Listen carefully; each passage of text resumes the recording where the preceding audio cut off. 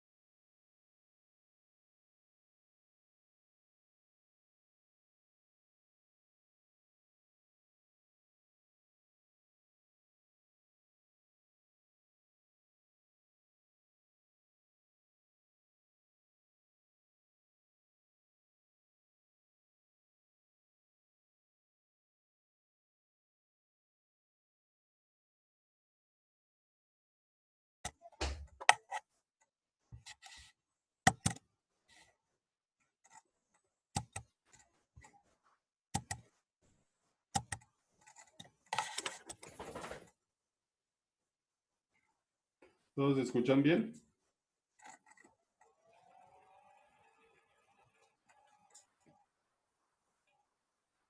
Hola, hola, hola, hola. ¿Me oyen? Sí, profe, sí se te escucha. Sí, profe, se escucha bien. Listo, entonces hoy entramos a un nuevo tema.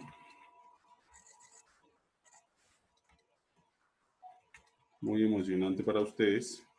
Ja, ja, ja. Que se llama la ley de Gauss. Listo.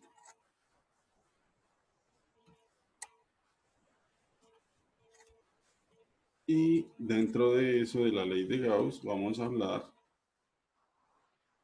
de flujo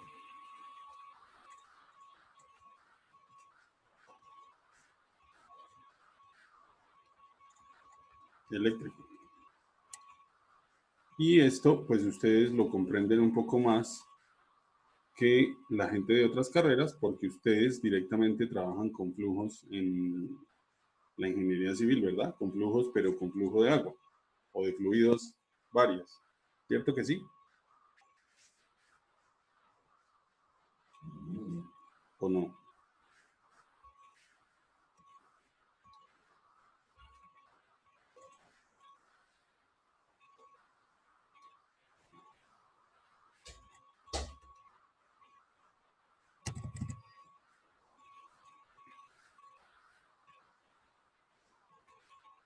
Bueno, dentro de esa entonces nosotros vamos a imaginarnos una ventanita.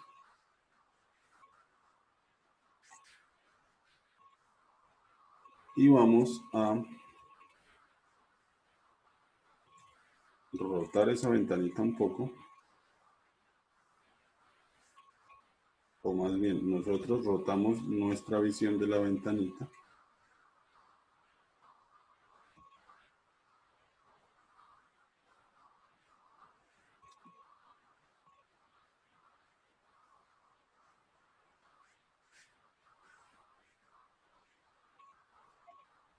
Y vamos a poner esa ventanita en un sitio donde haya campo eléctrico. ¿Listo? Entonces, lo que nosotros vamos a tener es algo así, un poco de líneas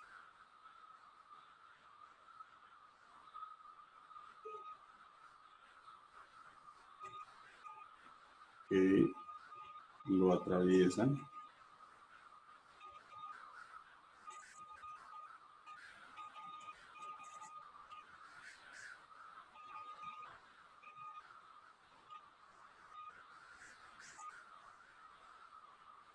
Listo, vamos a imaginarnos que todas esas son las que están atravesando.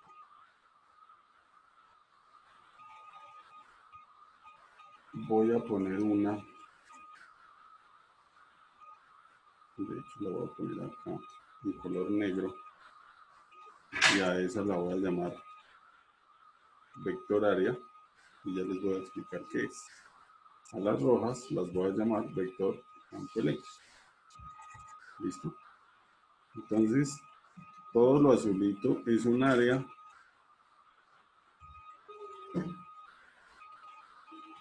A Listo. Y vamos a recordar algo que ya habíamos hablado en clases anteriores, y es que entre más número de líneas de campo eléctrico atraviesen esta superficie, esta ventanita, más fuerte es el campo eléctrico en magnitud. ¿Listo? Entonces ahora sí, vamos a pensarlo en términos de ustedes y la ingeniería civil. Entre más agua pase por esta vaina, pues el flujo es más alto, ¿sí o no? Literalmente lo que quiere decir es que hay mayor cantidad de agua pasando esta pequeña área en algún tiempo determinado. ¿Es correcto? ¿Han visto eso por algún lado en su ingeniería?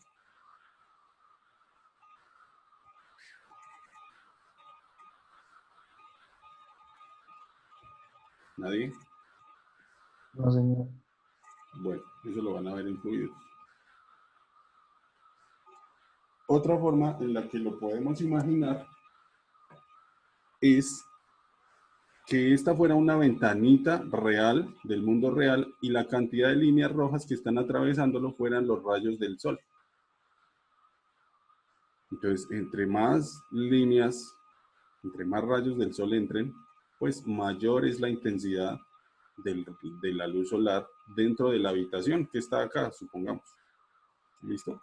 Ahora, matemáticamente, el concepto de flujo eléctrico, vamos a ver para qué nos sirve. Lo primero que hay que decir es que esta área A, yo la puedo definir o volver un vector, que fue esto que hice aquí. Si multiplico el valor numérico del área, que sería simplemente lado por lado de mi ventanita, y le doy el carácter vectorial a través de un vector n. Entonces ustedes dirán, ¿y esa vaina qué es? Pues ese vector n, podemos ponerlo de este color, ese vector n es un vector unitario.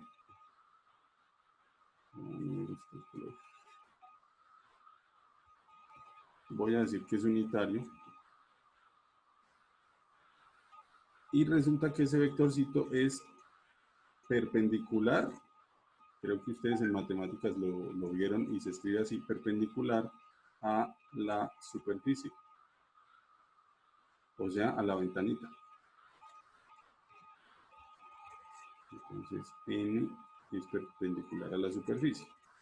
Entonces, matemáticamente lo que se hace es, ustedes definen un vector que sea perpendicular a la ventana, lo multiplican por el área y dicen, ese es el vector área. ¿Listo? Y la razón es la siguiente, yo voy a definir el flujo eléctrico como un producto entre vectores. ¿Un producto de qué tipo? Un producto punto. ¿Listo? Entonces esto sería como E, producto punto, el vector unitario n, que es perpendicular a la superficie, multiplicado por el área numérica. ¿Listo? ¿Qué pasa?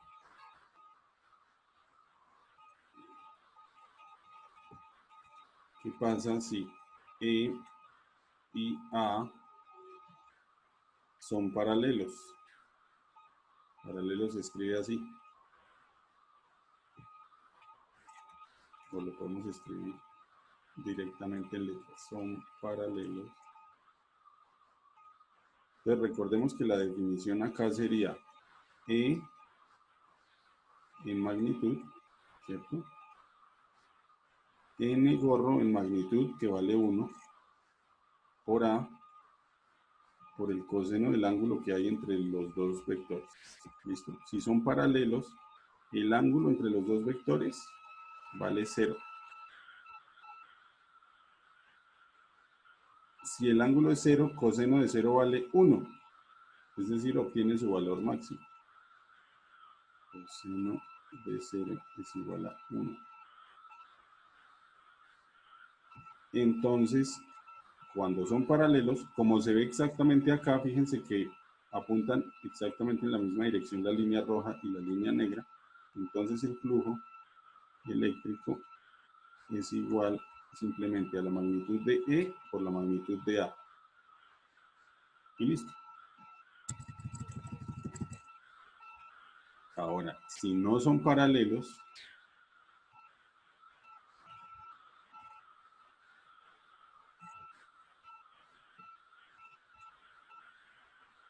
entonces es inevitable y no me puedo hacer el loco, tengo que escribir el flujo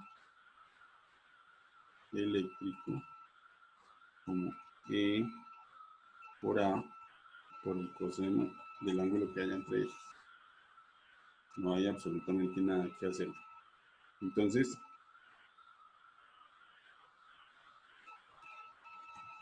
para que sea menos aburrido, porque por ahí ya alguien me dijo, no de este grupo, pero puede que lo piensen, me dijeron, ya que estamos en confianza, la clase es un poco aburrida escribiendo. Y yo dije, ah, bueno. Entonces, vamos a mirar una pequeña simulación.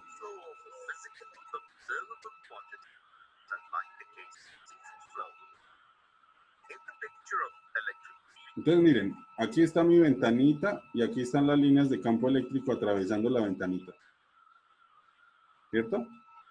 Las flechas apuntan hacia la esquina inferior izquierda por la perspectiva.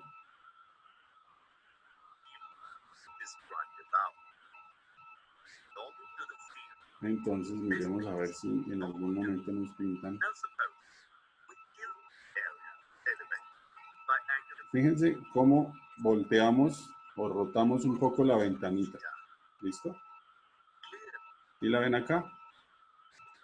Eso quiere decir que el vector A por N, gorrito, o el vector N gorrito, va a rotar también un ángulo teta.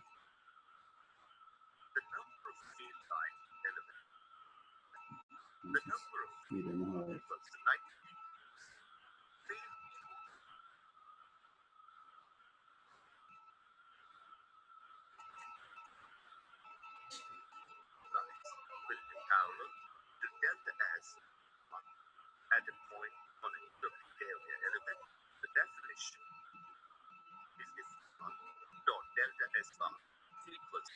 Entonces, miren, el delta S es el área que yo les dije. Simplemente la llamaron delta de vector superficie. El campo eléctrico, y aquí está la definición que ya habíamos escrito. Entonces, simplemente es E por A por el coseno del ángulo. ¿Listo?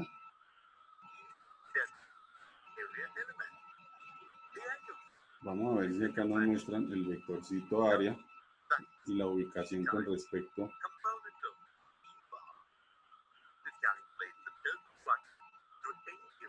No, parece que no.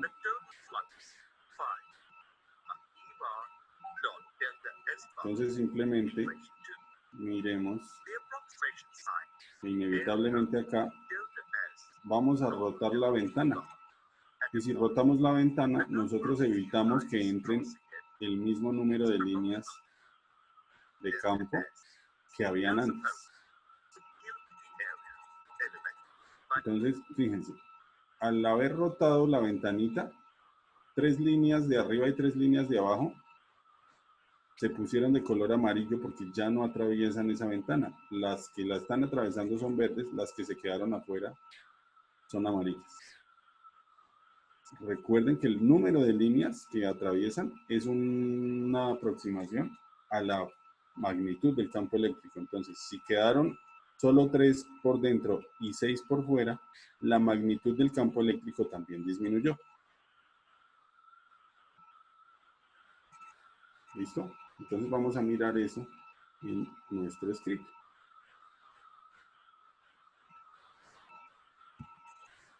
Entonces, aquí la tengo de esta manera. Voy a hacerlas de forma paralela. Entonces, este sería nuestro caso anterior.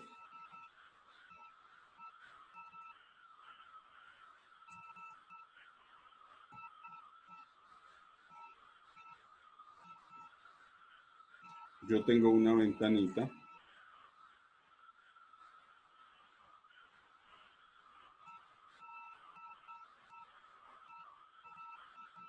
Mi ventanita va más o menos así.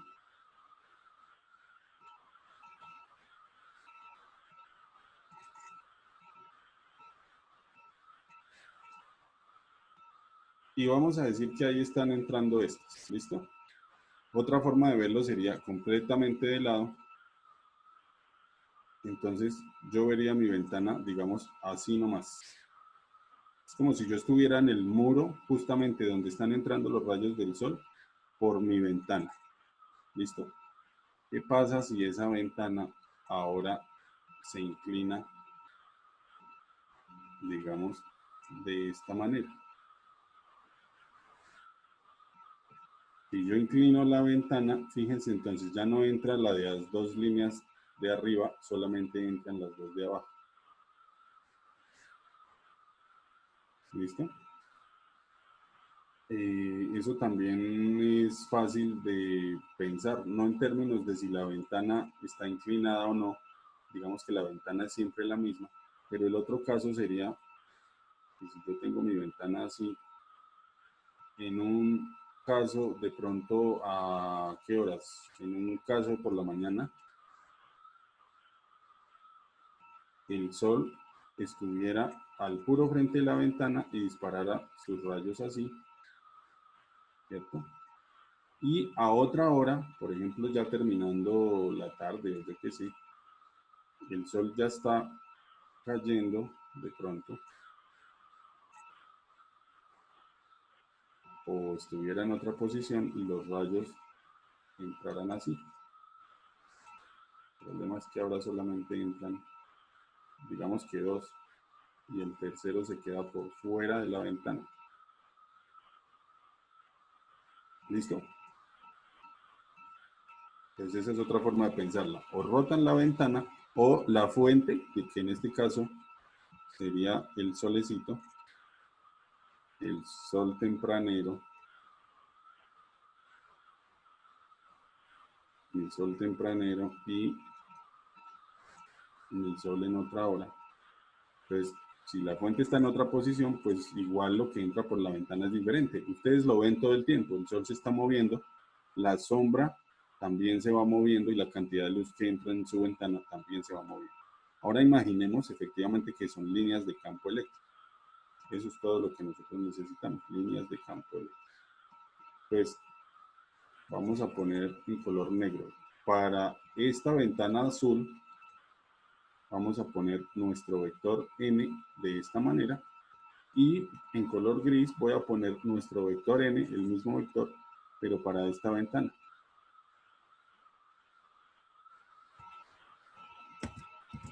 Y los voy a pintar juntos. Los voy a pintar juntos aquí como haciendo una especie de zoom. Entonces, es más o menos así. Y el otro técnicamente sería así.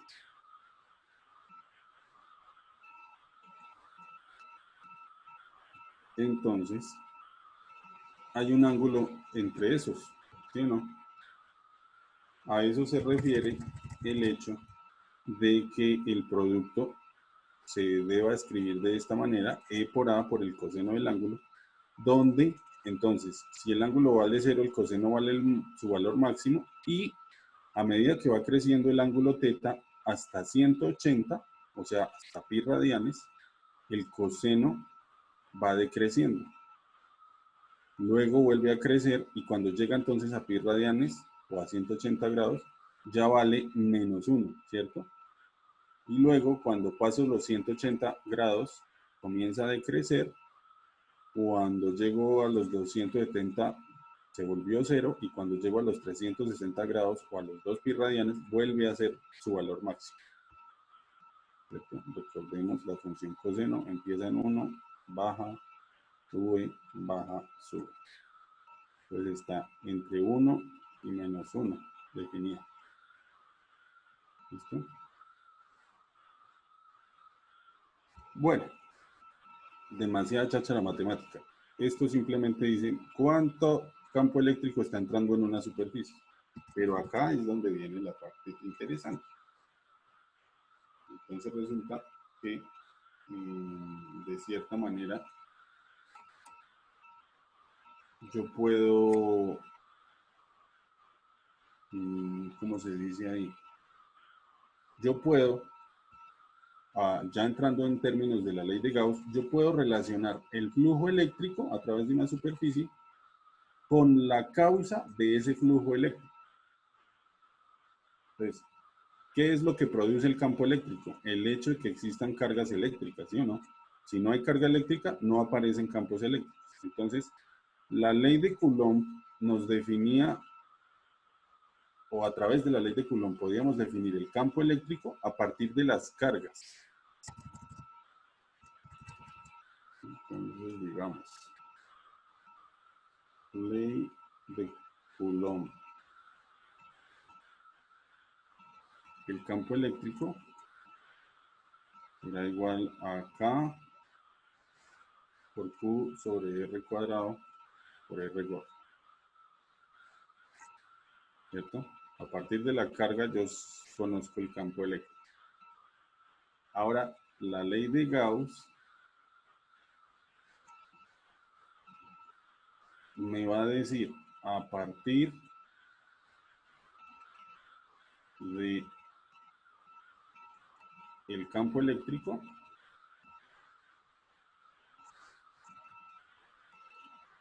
me va a hablar de algo acá que yo voy a llamar Q.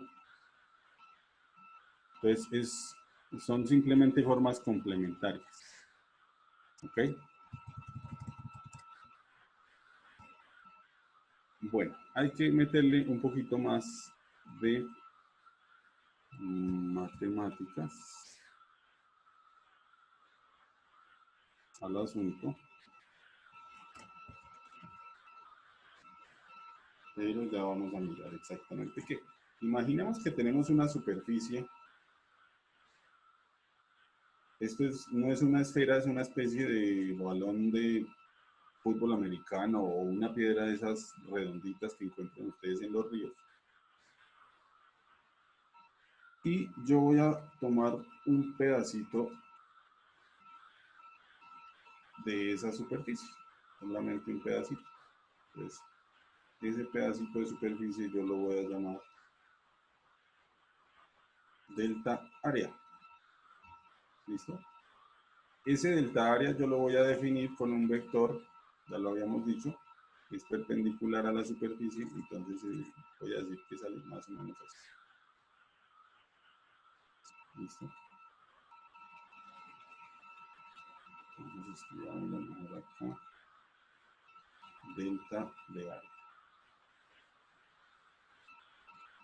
Y voy a decir que tengo un flujo de líneas de campo eléctrico en esta dirección.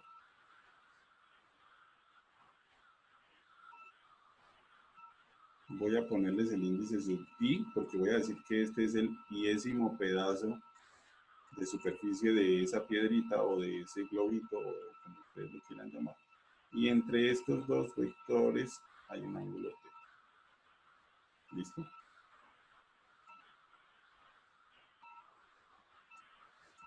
Ahora yo lo que voy a hacer es, yo voy a coger esos pedacitos y los voy a hacer muy chiquitos, muy chiquitos, muy chiquitos, hasta que de pronto ya tenga un área que tiende a cero.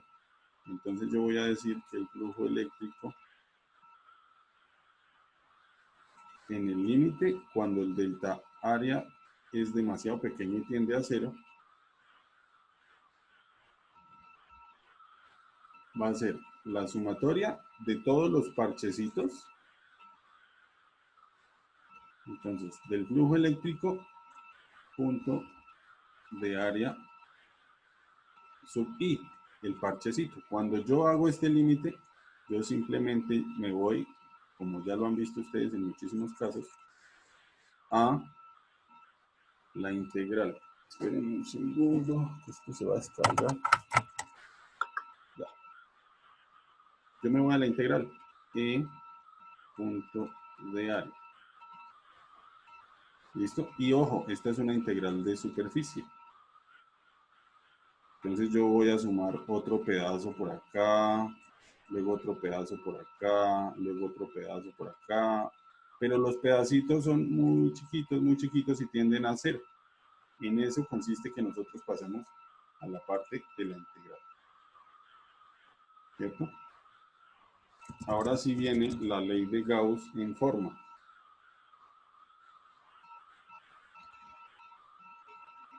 Ya tengo mi definición del flujo eléctrico, sencillo y para distribuciones, digamos, continuas. Entonces la ley de Gauss se logra de la siguiente manera. Vamos a meter una pequeña carga Q aquí. Y alrededor de esa carga Q, yo voy a dibujar un círculo. O no un círculo, puedo hacer una esfera. ¿Listo?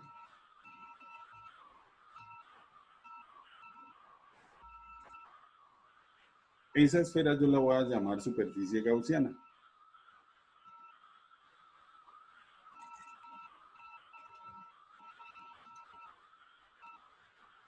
Si ustedes recuerdan,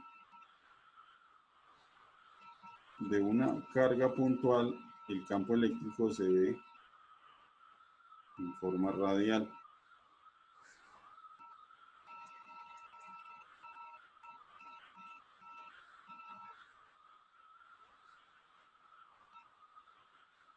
Se va a ver más o menos así.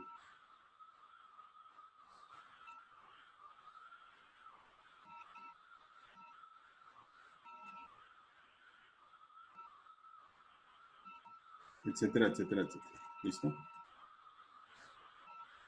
Vamos a decir que la carga que tengo acá es una esferita positiva.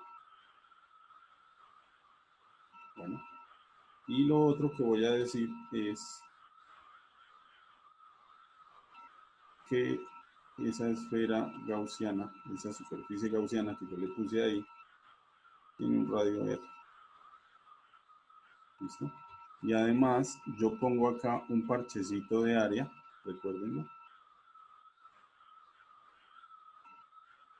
Y en ese parchecito yo miro las líneas de campo que están saliendo.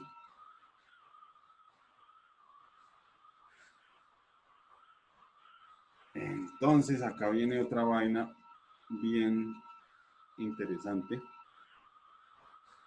Pero para que se entienda, antes de comenzar con esto, necesitamos entender un poco más qué es el ángulo sólido y entender un poco un pedacito de un elemento de área en términos de las coordenadas esféricas. ¿Listo? Entonces les voy a mostrar nuevamente un video.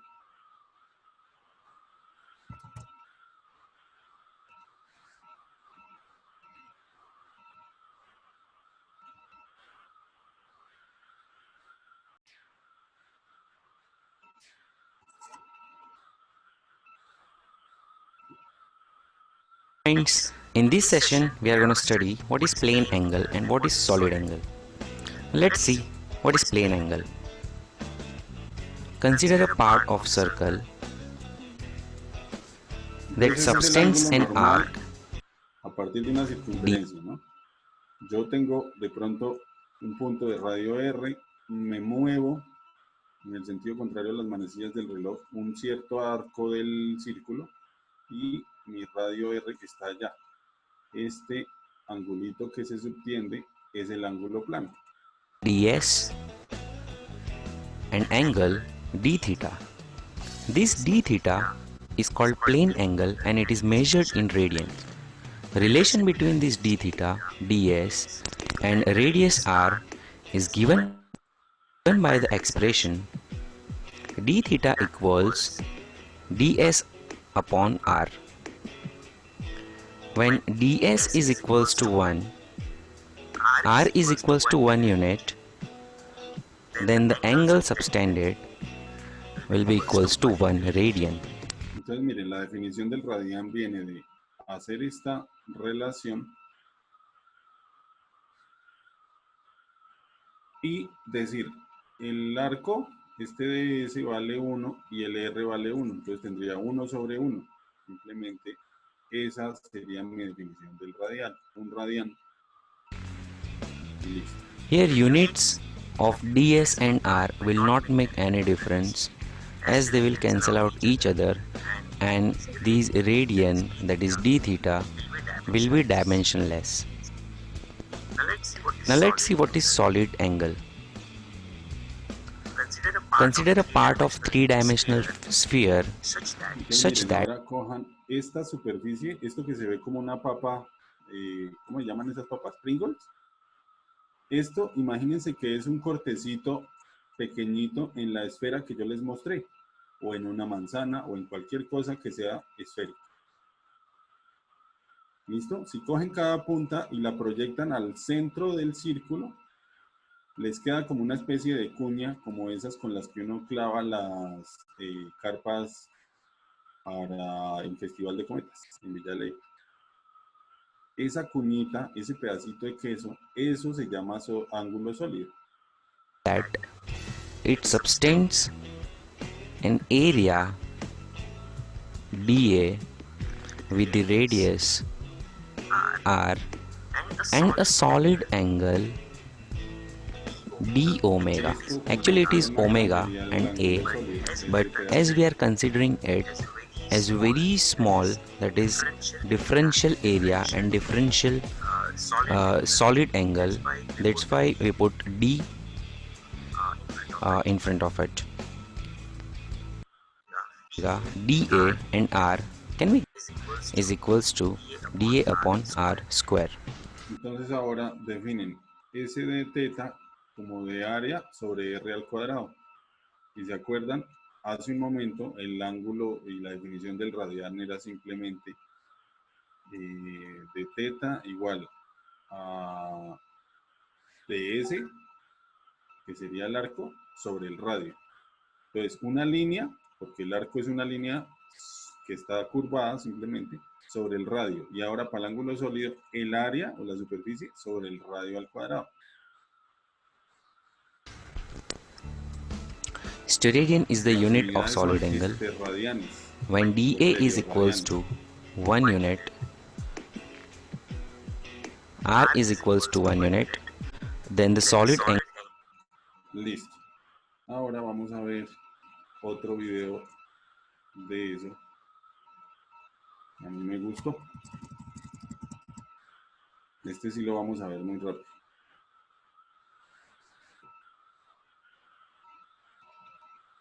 In this video you will learn about solid angle Entonces miren, and ahora lo its que unit hicimos fue steradian. coger un First we pedazo de la define sandía, solid angle. proyectarlo hacia el We centro y take a mirar a ver spherical cómo object sale. like watermelon.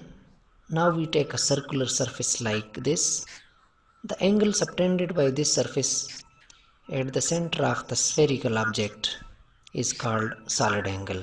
So we can define solid angle as a angle subtended by a surface at the center of a sphere is called a solid angle. Now we discuss examples of a solid angle. Light emitting from a torch is in the form of a solid angle. Some of vegetables like carrot is found in the form of a solid angle. Entonces miren, lo están diciendo literalmente. Algunos vegetales como la zanahoria tienen la forma de un ángulo sólido. También como sale la luz de una linternita o de un aparatico LED, ¿cierto? El conito del cumpleaños. A birthday cake is found in the form of a solid angle. A falling Y vamos a hacer water from certain height is found in the form of a solid angle. Similarly, a fluid coming out from a syringe is in the form of a solid angle. There are a lot of examples of solid angle in our daily life. Now we discuss unit of a solid angle. The unit of solid angle is steradian. First of this spherical object will be 1 Es un steradian. conito. ¿Listo? Entonces, porfa, si tienen dudas hasta ahí, pregúntenme porque ahora sí vamos a ponernos vaina matemática.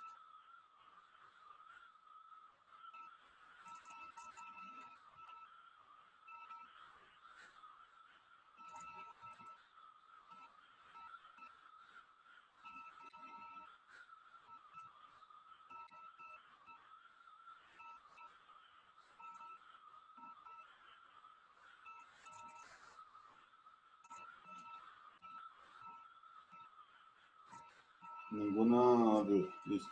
Pues vamos a continuar.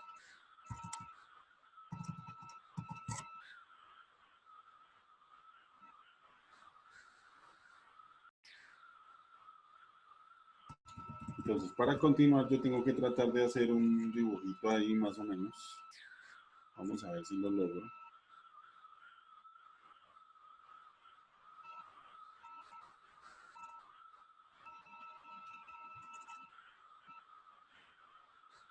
Vamos a dibujar un plano cartesiano. En ese plano cartesiano, vamos a imaginar que ese plano apareció en el centro de una esfera y la dividió, de manera que yo solamente voy a ver lo que está sobre este plano y este plano. Entonces, tendríamos algo así.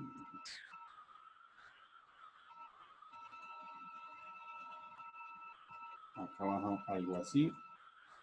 Acá baja algo así.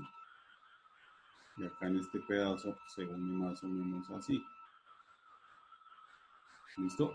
Ojo que eso no es una esfera, es un pedazo de una esfera. Lo que pasa es que está muy mal dibujado. A ver si queda mejor así.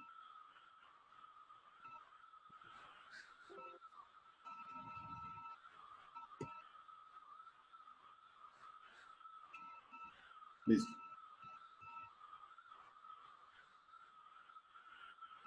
Ahora yo voy a poner,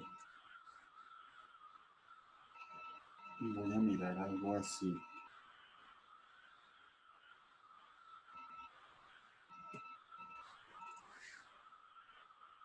Voy a poner como una especie de cintica. Listo. Voy a sacar, es como, lo que quiero sacar es como una especie de tajada del ponqué.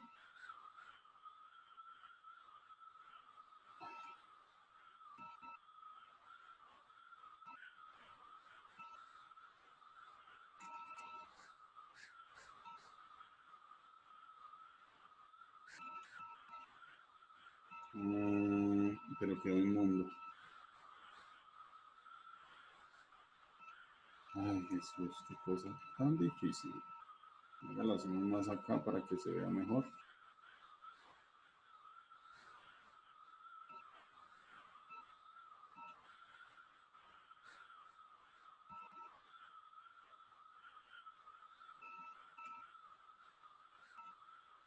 Entonces, píllese, estas dos, las dos líneas gruesas, recorramos esto con azul más bien. Estas con azul. Eso sería como si cogiéramos un ponqué y le sacáramos una tajada. Pero ahora lo que a mí me interesa es mirar todo este pedacito que quedó aquí. Lo que quedó cogido entre estas dos líneas azules y estas dos líneas rojas. ¿Listo? Entonces, yo digo, bueno, listo, este simplemente es un pedacito de área. Un pedacito de área que vista bien en el circulito se ve más o menos así.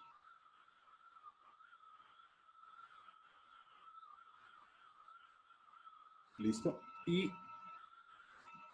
vamos a mandar trazos de todo eso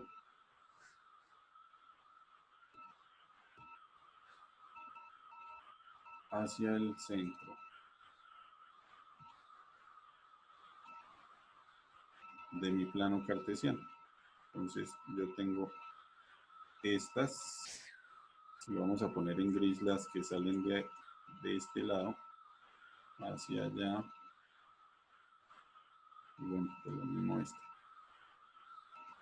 ¿Listo? Entonces, fíjense, es como la cuñita que les mostré ahorita. Pero ahora la cuestión es, bueno, ¿y yo cómo puedo describir esa vaina? Matemáticamente, entonces, fíjense, este es el eje X, esto es el eje Y, esto es el eje Z. Yo voy a poner acá un ángulo, a ese ángulo lo voy a llamar phi, y a este pedacito acá lo voy a llamar d phi. Entonces, este sería un ángulo y este pedacito, este solo arquito acá, esto es un ds y este ángulo es un d phi. ¿Ok? Ahora, con otro color, desde el eje Z hasta la superficie de la cuñita, yo voy a sacar acá un ángulo y a ese ángulo lo voy a llamar teta. ¿Listo? Y desde la línea negra de arriba hasta la línea negra de abajo, o sea, acá adentro, a ese yo lo voy a llamar de teta. Pues llamémoslo de teta. ¿Listo?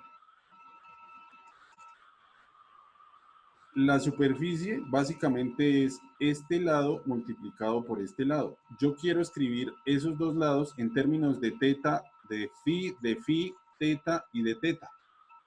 Y de algo más, de lo que no hemos hablado, pero que es a qué distancia está esa superficie. Entonces hagámoslo acá. Esta superficie del centro del círculo se encuentra a una distancia R.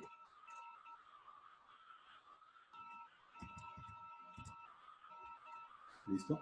Entonces, ya sabemos que este lado tiene un ángulo de teta y un arco.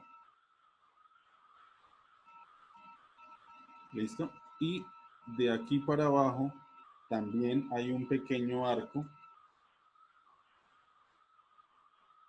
Y los vamos a escribir en términos de triángulos y de funciones trigonométricas. Entonces, a este pedazo, volvamos a hacer, tengo que hacerlas muchas veces para que quede claro. A este pedazo, acá por este lado, yo lo voy a llamar R por d teta. Entonces, fíjense, tengo teta desde el eje Z hasta donde empieza mi superficie. Si esto está acá, si el eje Z es este es el ángulo teta. Y el pedacito de teta viene entre acá y este pedazo. ¿Cierto? Entonces, de la definición del radiano, habíamos dicho, de teta era igual a ds sobre r. Échenlo para arriba. R de teta es igual a ds. Entonces, este pequeño arco de aquí, este que voy a ir pintando ahora de color azul, se llama R de teta. ¿Listo? Ahora me interesa saber este otro que voy a pintar de color amarillo. Este arco de acá y este arco de acá, porque aunque no os parezca en lo que yo estoy dibujando, eso se ve como una papa Pringle. ¿Listo? Entonces, ahora este arquito se va a llamar R por el seno de teta por d teta. Este de acá. Y ahí sí ustedes dirán, pero eso es más difícil, ¿de dónde salió? Ahora fíjense que ese amarillo equivale a este de S y a un de phi. Entonces, perdón que yo la escribí aquí mal, efectivamente. Este es seno de teta por d phi. Entonces, el arco, en este caso sería ds sería igual a r por d phi. Eso sería para este pedazo acá. ¿Listo? Pero además de tenerlo ahí, yo lo tengo ubicado acá arriba. Entonces ahora para ese voy a hacer un dibujo más. En ese dibujo yo lo que voy a tener es únicamente una vista lateral. Esto sería el eje Z y este sería el eje Y. Z y Y. Entonces fíjense, yo lo que hice fue moverme de manera que yo este eje no lo vea, que yo vea las cosas únicamente de lado. Mi esfera roja viene bajando de esta manera. Y yo estoy mirando una ventanita que está ubicada aquí. ¿Cierto? Entonces esa está. Si lo proyectamos hacia acá y lo proyectamos hacia acá. Ahora sí vamos a escribir lo mismo. Entonces, este es un ángulo teta y este pedacito es un ángulo de teta, un diferencial de ángulo. No solamente eso, vamos a armar un triángulo. Vamos a poner desde acá.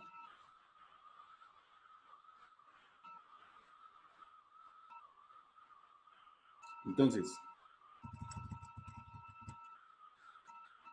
para este arco que es el de encima, yo puedo escribir, efectivamente, si estuviera aquí abajo, si el verde, la ventanita verde estuviera acá,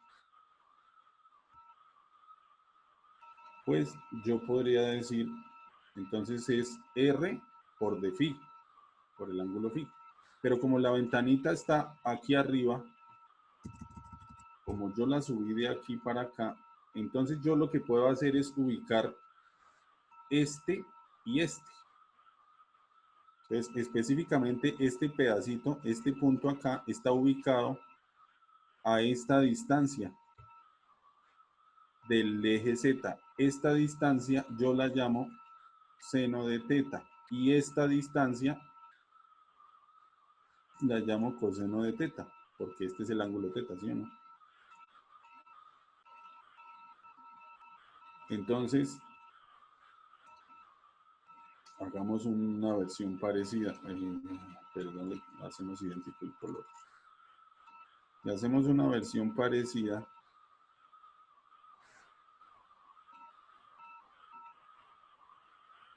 Nos vamos a poner nuestra esfera ahí. Imaginemos que la ventanita verde ahora está acá en esta posición.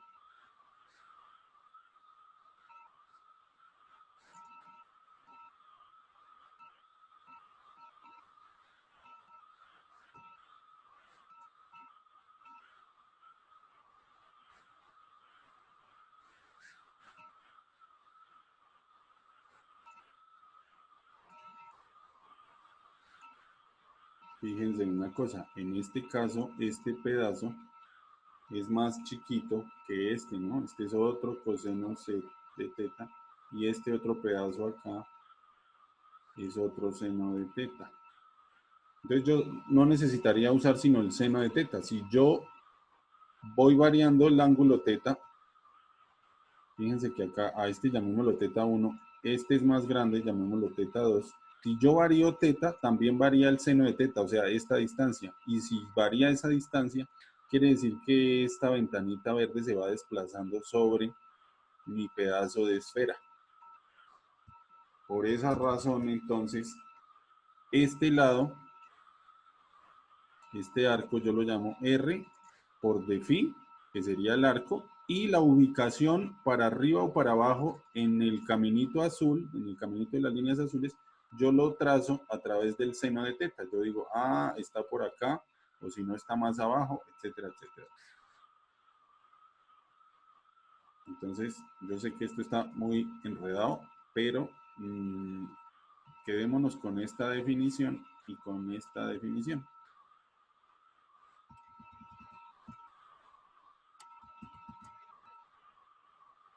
Total que yo quiero escribir y describir el flujo.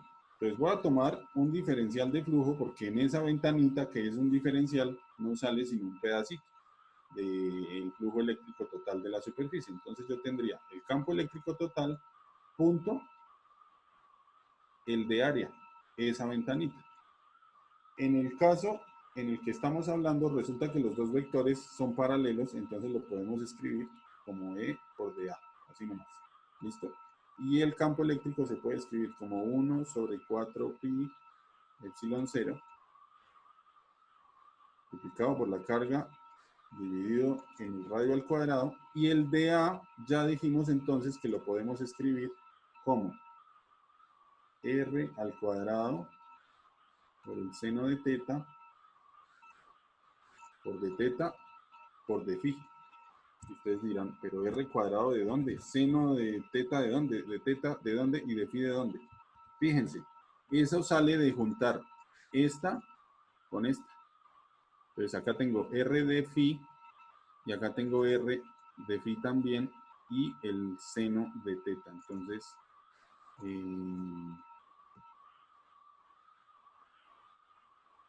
Entonces me queda como lo acabamos de describir, perdón, de hecho uno de estos es, este es de phi, este es R de teta. Entonces viene desde mezclarse esta con esta, de phi, de teta y de phi. En últimas, esto es E y esto es el diferencial de área para una ventanita en una esfera. ¿Listo? Si ya vieron, no sé si ya lo vieron, cálculo vectorial, ahí aprenden un poco de eso. Y en cuanto a las coordenadas polares, ¿ya vieron? ¿No? Bueno. Entonces, ¿ahora qué tengo que hacer? Si yo quiero encontrar el flujo completo, yo lo único que tengo que hacer, llamémoslo flujo eléctrico, lo único que tengo que hacer es integrar. Integro sobre la superficie y punto de A. Eso quiere decir que yo puedo sacar de la integral Q sobre 4 pi epsilon 0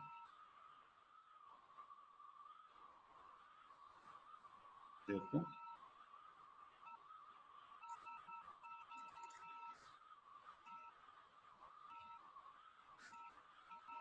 Tengo R cuadrado y R cuadrado, esos dos se cancelarían y a mí me quedaría dentro de la integral, tendría que hacer dos integrales. Entonces, miremos. Esto yo lo puedo cancelar con esto y me queda seno de teta de teta. Entonces hagamos esa como nuestra integral de afuera. Entonces sería seno de teta de teta. Y adentro otra integral que sería únicamente de phi. Ahora la pregunta es, ¿desde dónde hasta dónde integro? Entonces, el ángulo teta yo lo voy a integrar desde 0 a 2 pi. Perdón, desde 0 hasta pi nomás. Y este sí lo voy a integrar desde 0 hasta 2 pi. Traducción en mi dibujito. El ángulo teta, este ángulo teta, yo solamente lo voy a llevar.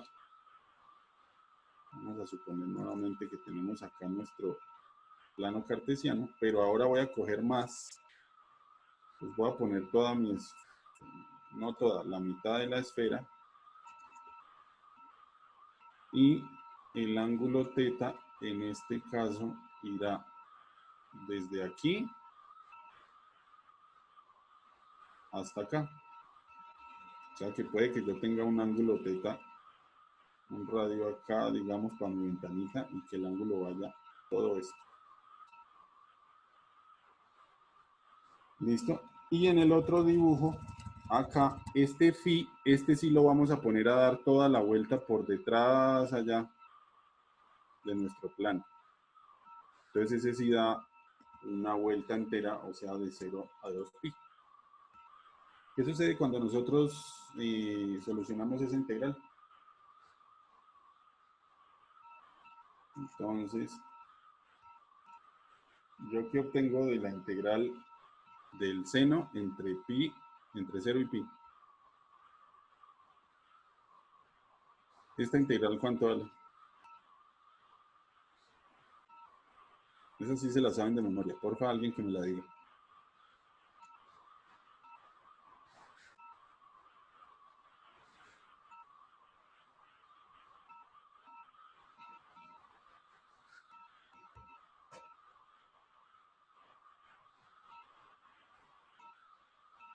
Solo díganme la integral indefinida, sin los límites. ¿Cuánto vale la integral del seno? Coseno, profe. Coseno negativo, ¿no? Ah, sí, señor. Menos coseno de teta evaluado entre 0 y pi. Y esta, si se evalúa, pues da 2pi menos 0, porque da directamente la integral de phi daría phi. Entonces acá sí podemos poner multiplicado por 2pi directamente. Entonces, esto sería multiplicado acá. Tenemos 4 pi epsilon 0 y tendríamos menos coseno de pi menos coseno de 0. ¿Listo? Y todo eso multiplicado por 2pi.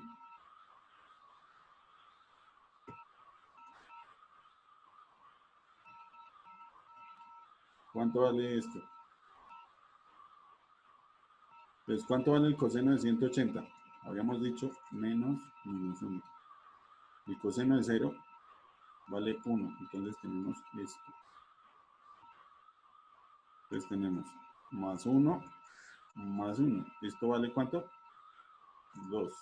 Este pedazo, 4. Perdón, 2pi. Entonces, 2 por 2, 4. Eso da un total de 4pi.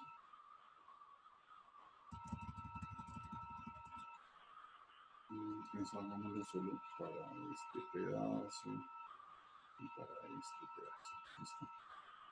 Entonces, el flujo eléctrico me da Q sobre 4pi epsilon 0. Esto da 2, esto da entonces 4pi. Que se pueden cancelar y entonces, en definitiva, el flujo eléctrico a través de una superficie esférica por una sola carga puntual me da Q sobre epsilon 0.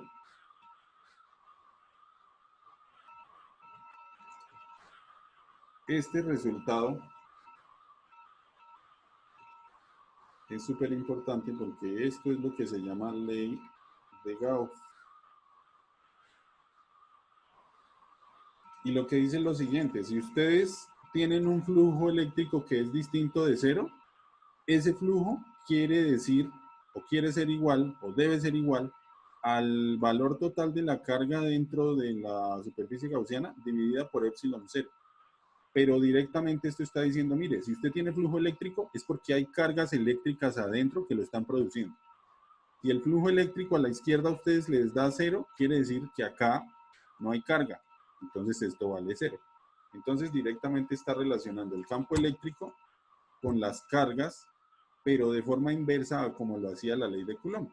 La ley de Coulomb, con las cargas ustedes encontraban el campo eléctrico. En este caso, con el campo eléctrico, ustedes encuentran la carga. ¿Listo? Y obviamente eso tiene unas aplicaciones. El mismo resultado lo podríamos encontrar si yo pusiera, digámoslo acá, mismo resultado. Si yo escribiera E.A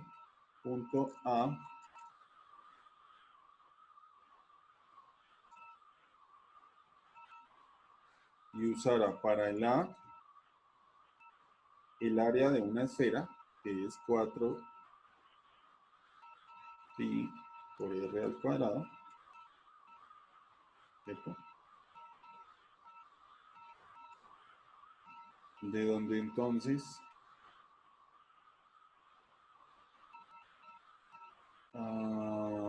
tendríamos lo siguiente. El campo en cualquier lado vale Q sobre 4pi epsilon 0 R al cuadrado. ¿Sí o no? Multiplicados en este caso por 4pi por R al cuadrado, que sería el área de la esfera.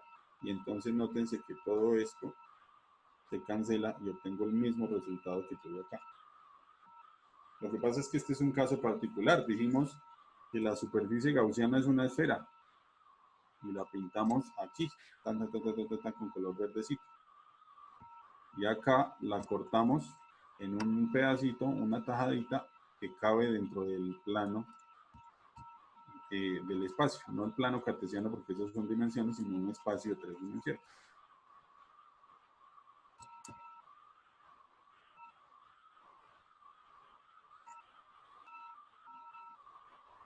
¿Listo?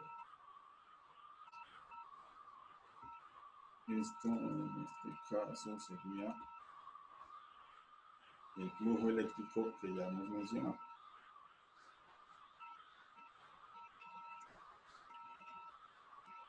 Entonces, se puede resumir como, escribamos lo que nosotros color. El flujo neto que atraviesa una superficie cerrada, es importante que sea cerrada,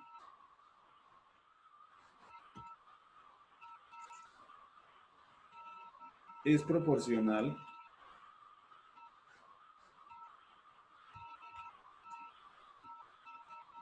a la carga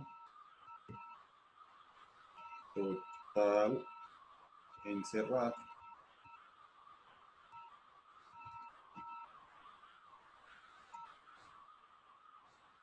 Entonces, en vez de escribirla así, la ley de Gauss la vamos a escribir de esta manera. El flujo eléctrico igual a la integral de superficie de E punto dA era igual a Q encerrada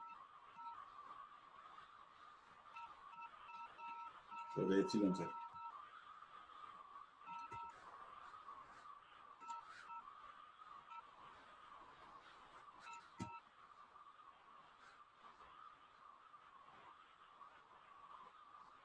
Sin embargo, hay algo interesante.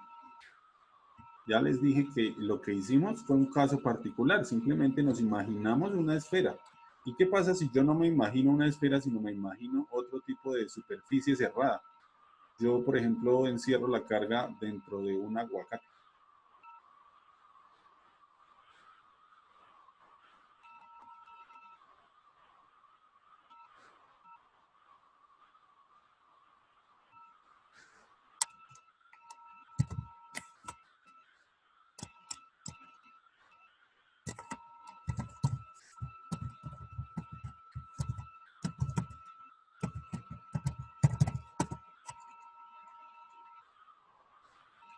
Cuéntenme, ¿qué pasaría con el flujo a través de la superficie si esta fuera un aguacate o de cualquier otra forma como la que acabo de poner en color fucsia acá? Si ustedes miran, la misma cantidad de líneas está saliendo a través de esa superficie. Entonces, a través de una matemática un poquito más complicada en cuanto al que es larga, yo puedo decir simplemente que la ley de Gauss se cumple para cualquier tipo de superficie desde que esté cerrada y pues pueda envolver una carga o muchas cargas, ¿no?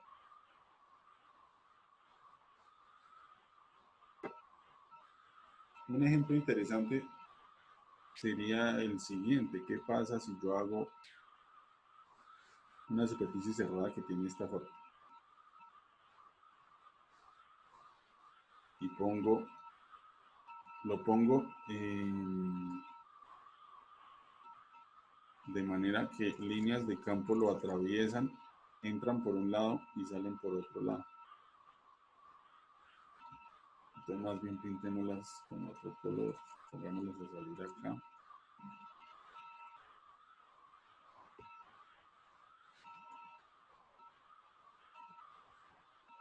Y pongámoslas entre aquí. Pum, pum.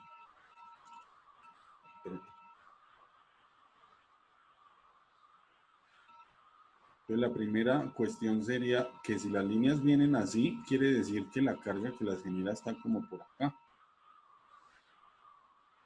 Una vaina así. Entonces si las líneas entran por una parte del globo y salen por otra parte de ese globo o lo que sea esa superficie, lo que quiere decir es que dentro de la superficie no hay carga. Esta superficie fucsia es mi superficie gaussiana. Entonces en este caso el flujo neto, el flujo eléctrico neto es igual a 0. ¿Por qué? Porque lo que entra por el lado de atrás está saliendo acá por el frente. Luego adentro envuelto por la superficie, no hay absolutamente ninguna carga. Esa es la cuestión. Entonces nosotros vamos aquí a definir que si las líneas salen, el flujo es positivo. Si las líneas entran, el flujo es negativo. Entonces, por esa razón, lo mismo que entra, que es con signo negativo, es lo mismo que sale con signo positivo, luego los dos se cancelan y eso me da mi 0. ¿Listo? Ahora tenemos un problema. Esta ley de Gauss nos permite a nosotros evaluar el campo eléctrico de forma conveniente, pero solamente sirve para sistemas que tienen una cierta simetría, o sea, sistemas que son bonitos. Desafortunadamente la ley de Gauss matemáticamente no me va a funcionar muy bien para este tipo de forma geométrica que acabo de pintar, que es como, no sé qué es, como una piedra. ¿Listo? Pero si yo tengo, sirve para, bueno, simetría esférica, cilíndrica y simetría plana. Traducción. Para que yo haga esferas, para que yo haga cilindros y para que yo haga planos o placas. Entonces, las placas metálicas se pueden cargar y ustedes pueden usar la ley de Gauss ahí. Los cilindros básicamente es la visión de los alambres con los cuales nosotros conducimos electricidad o conducimos una señal, por ejemplo la de las antiguas, la de la parabólica o televisión por cable. Y la esférica, pues porque es bastante sencilla también para demostrar de forma matemática. ¿Listo? Entonces nosotros a lo que vamos a proceder es justamente a eso. Vamos a mirar ejemplos de la ley de Gauss. Pues vamos a ver si podemos hacer uno en este preciso instante.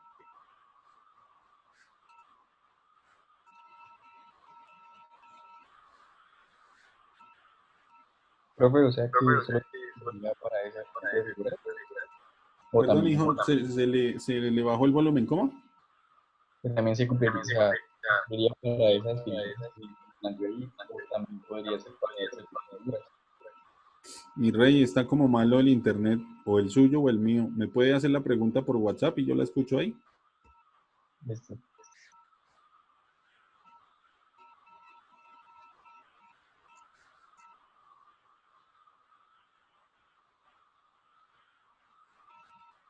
Listo, el mono está grabando el audio. Vamos a ver qué dice.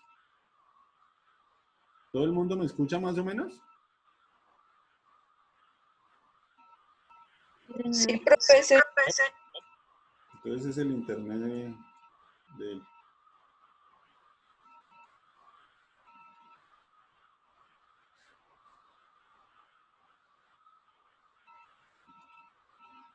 Entonces el mono pregunta que si se cumple solo para esas figuras que yo mencioné, para la simetría plana, cilíndrica o esférica. O que si se cumple para otro tipo de figuras. Se cumple desde que haya simetría. Ese es el cuento. Por ejemplo, yo qué sé, un trapecio o vainas de ese estilo. Pero una roca que no tiene absolutamente ninguna forma, pues es bastante difícil hacerlo de forma matemática. Y eso ya lo vamos a ver. Entonces vamos a hacer nuestro ejemplo número 1 de la siguiente manera. Vamos a coger una varillita, o más bien un alambre infinito, cargado positivamente.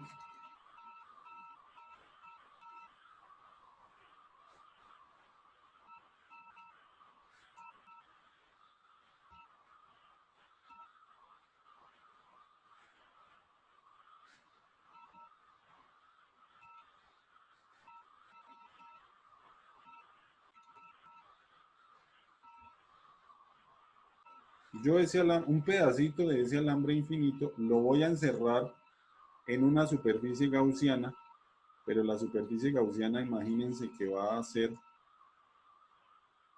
a ver, ¿cómo queda esto?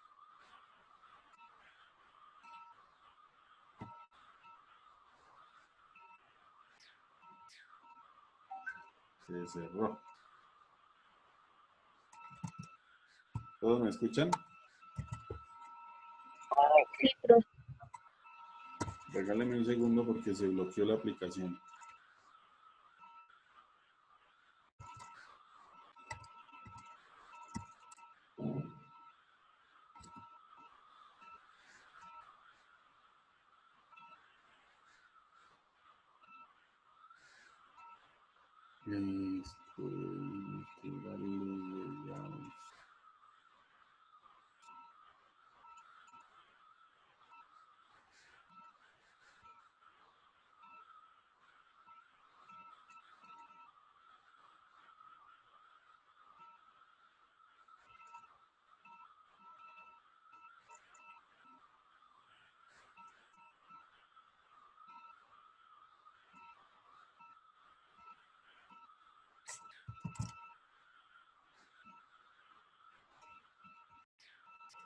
Listo, ¿todos están viendo ahora sí?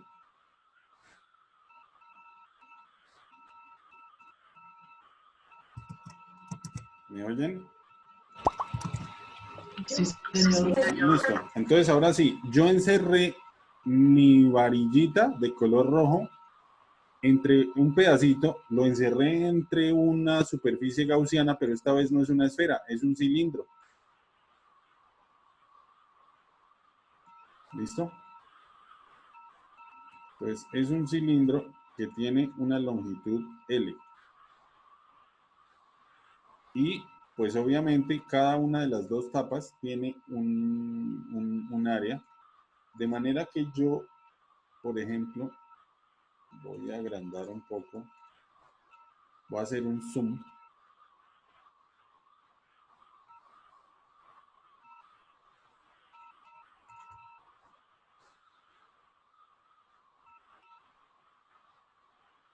Voy a hacer un zoom en ese cilindro. Vamos a mirar.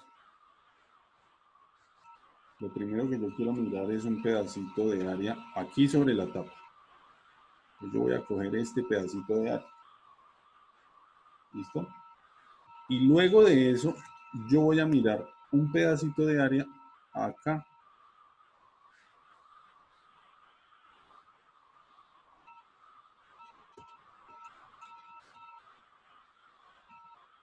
Entonces voy a dibujar con color negro. Para esta tapa, el vector de A es perpendicular así.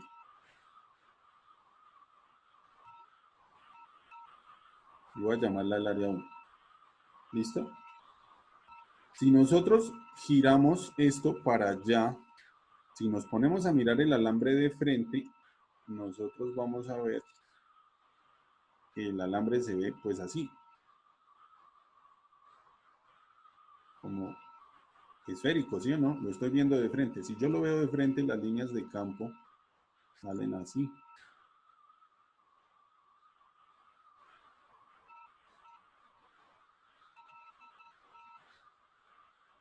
Eso quiere decir que, por ejemplo, en este pedazo de área, ya les muestro, está súper lenta la aplicación.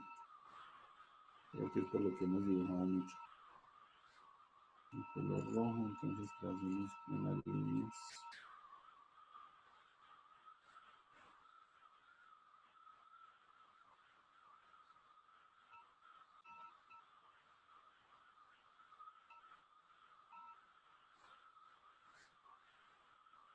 Pues imaginemos que ahí está mi pedazo que se ve. Y el campo eléctrico para esa vaina, en este caso, va para allá.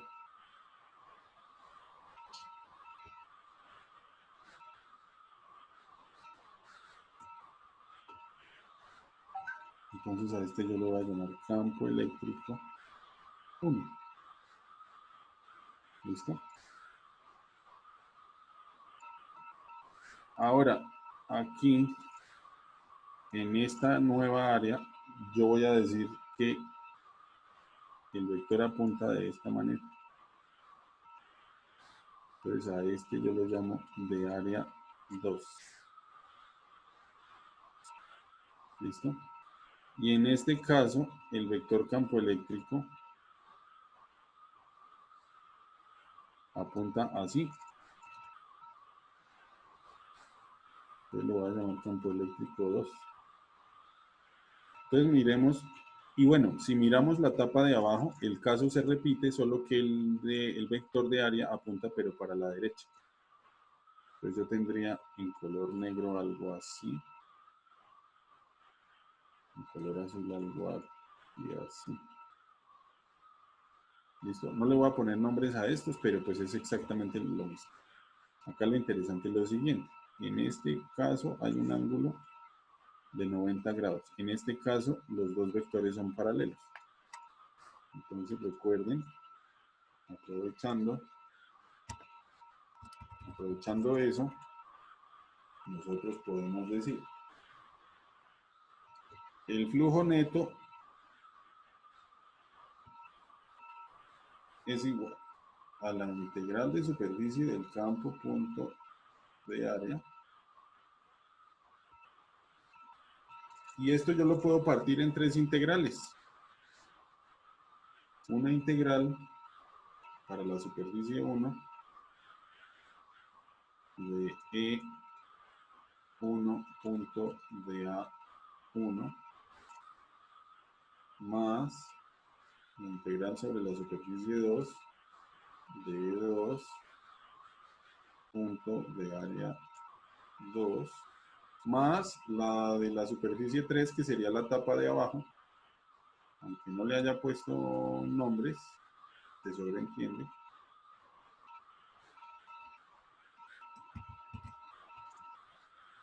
Y eso quiere decir que el flujo nos da, entonces, la superficie 1 sería E por el de área, coseno del ángulo, pero coseno de 90 grados eso da 0, pues la primera integral da 0. Más esta, los vectores son paralelos, coseno de 0 vale 1, entonces en esta sería E2 por área 2, porque integro el de A, más la tapa, este tiene otro ángulo de 90 grados, entonces este también da 0. ¿Listo? Y entonces esto me da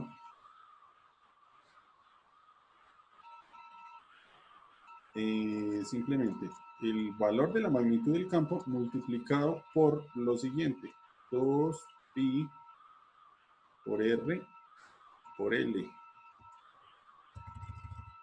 2pi por R por L. ¿De dónde me estoy inventando eso? Entonces, miren, la longitud de nuestro cilindro, cuando yo integro el de área 2, yo obtengo toda el área de la superficie lateral del cilindro, no los círculos, no las tapas, toda el área de este pedazo, este pedazo, este pedazo, este pedazo. ¿Listo? Pues si ese cilindro fuera un vaso, sería donde ustedes ponen la manito y lo cogen, el área de todo ese pedazo, no la tapa de abajo, no la tapa de arriba. Cuando yo hago eso, entonces yo necesito multiplicar lo largo de ese cilindro. ¿Me escuchan, hijos? Sí, señor. Ah, es que aquí me acaba de sacar el Zoom, no sé por qué. La sesión, pues, del salón. Entonces, es la longitud multiplicada por el perímetro del círculo. El perímetro, no el área de la tapa, no la tapa, sino la longitud de este cilindro. Imagínense que el cilindro estuviera hueco. Hueco quiere decir, no hay nada en esta tapa, no hay nada en esta tapa. Toda la superficie es simplemente un círculo, un anillo de perímetro 2pi por r, donde r sería esto, y multiplicado por la longitud total que obtengo yo esto para mi cilindro.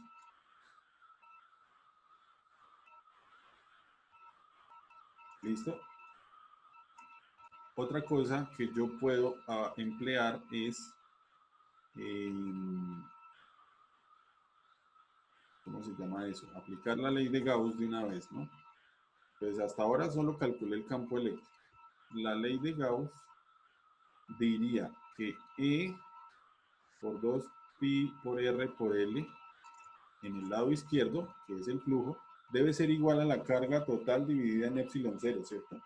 La carga total U sobre epsilon 0. O lo puedo escribir como lambda, la densidad lineal de carga, multiplicada por la longitud y dividida en epsilon 0. Y yo simplemente despejo esto, entonces el campo eléctrico vale lambda por L sobre 2pi por R por L por epsilon 0. ¿Qué puedo cancelar? Esto.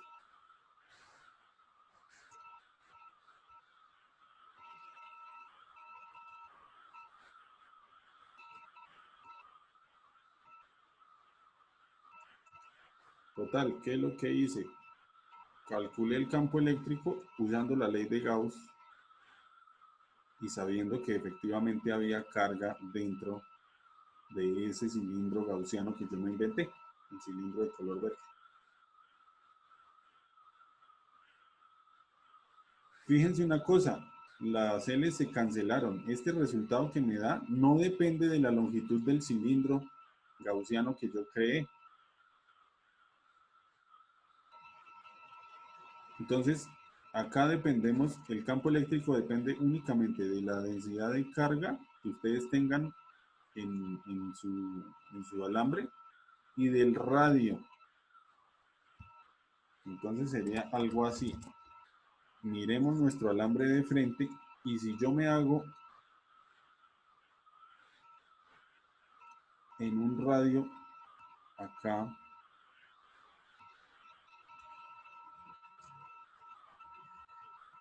va a ser distinto de si me hago en un radio por acá. Llamamos a esto R1 y llamamos a esto R2. El campo eléctrico va a ser distinto dependiendo de en qué posición R me haga yo y de cuánta carga haya en el alambre. Eso es lo que dice la ley de Gauss y el cálculo del campo eléctrico a partir de la ley de Gauss. ¿Listo? Yo puedo dibujar eso. O más bien, no dibujarlo, graficarlo. Es algo ligeramente distinto. Entonces yo podría llamar a este eje el campo y cómo cambia con R. Y según esto que yo veo acá, el cambio es así.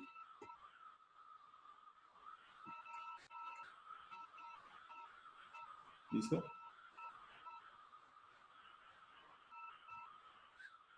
Bueno, creo que por el día de hoy ya acabamos el tiempo. ¿Les quedan dudas? No, por ahora no. No, profe, ¿Listo? no. Entonces ya les mando las notas de clase y pues estamos en contacto. Ah, no sé si ya les conté, o tal vez sí, o tal vez no. El consensuado es esta semana, ¿no? ¿Cuándo, profe? Hagámoslo el viernes. Ah, listo. Entonces, Y una Néstor, pregunta, profe. El ensayo es para hoy, ¿cierto? a medianoche si quieren. Ah, listo. ¿Profe, el correo? Sí, señor. Listo, profe. ¿Y es un ensayo o un resumen? Es un ensayo, papi. ¿Qué piensa usted de lo que vio? Listo, profe. Bueno. Profe, ¿eso es individual? Sí, mi rey. Porque es qué piensa usted, no qué piensa el amigo. Profe, Señor. a ver si me permite unos minuticos ahorita después de clase. Bueno, me habla al interno. Ah, ahorita en la llamada o WhatsApp. Como quiera. Es que yo no estoy en ningún grupo de WhatsApp ni nada y no tengo el WhatsApp de nadie. ¿No lo han metido a WhatsApp todavía? No, señor. Venga, yo tengo permisos. ¿Tengo permisos para meter gente acá?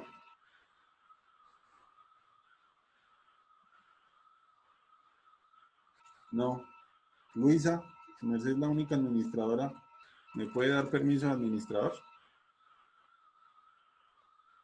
Hoy, profe. Gracias, hija. Ya lo meto en el grupo, Néstor. Y si quiere, entonces me llama ahorita. ¿Listo? Listo, profe. Espere, le dejo mi número porque creo que no lo tiene. Y entonces, ¿cómo me di cuenta de su estado de WhatsApp la otra vez? ¿Cuál, profe? El de Bucaramanga. Ah, su merced. Ay, qué docente. Estoy perdido, qué pena. Estamos en física. Ah, profe Dani. Sí. Ah, profe, qué pena. Ah, yo tengo su número. Ah, listo, sí, señor. Entonces ya tú le escribo. Ya lo agregué. Listo, profe, gracias. Entonces yo te le escribo el WhatsApp. Bueno, pero por interno. Gracias. Listo, señor. Muchas gracias. Estoy, hijos.